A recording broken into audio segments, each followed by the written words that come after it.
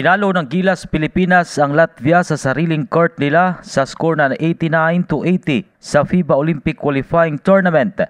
Dominado ng Gilas ang laro mula first quarter hanggang last quarter kung saan hindi pinalamang ang world number 6 na Latvia sa kanilang court na ginanap sa Riga Arena nitong madaling araw ng Huwebes sa Pilipinas. Umabot pa sa 26 points ang lamang ng Gilas hanggang napababa ito ng Latvia sa 10 points sa huling minuto ng last quarter. Itinuturing na isang kasaysayan ang panalo ng Gilas dahil sa bukod sa rank number 6 ang Latvia ay sila pa ang pang 5th placer sa FIBA Basketball World Cup noong nakarang taon na ginanap sa bansa. Nanguna sa panalo ng Gilas si Justin Brownlee na nagtala ng 26 points, 9 rebounds at 9 assists. Susunod na makakaharap nila ang Georgia sa oras ng alas 8:30 ng gabi nitong Huwebes sa Pilipinas kung saan kapag manalo sila ay pasok na sila sa semifinals. Nitong nakarang araw ay tinalo ng Latvia ang Georgia sa score na 83-55.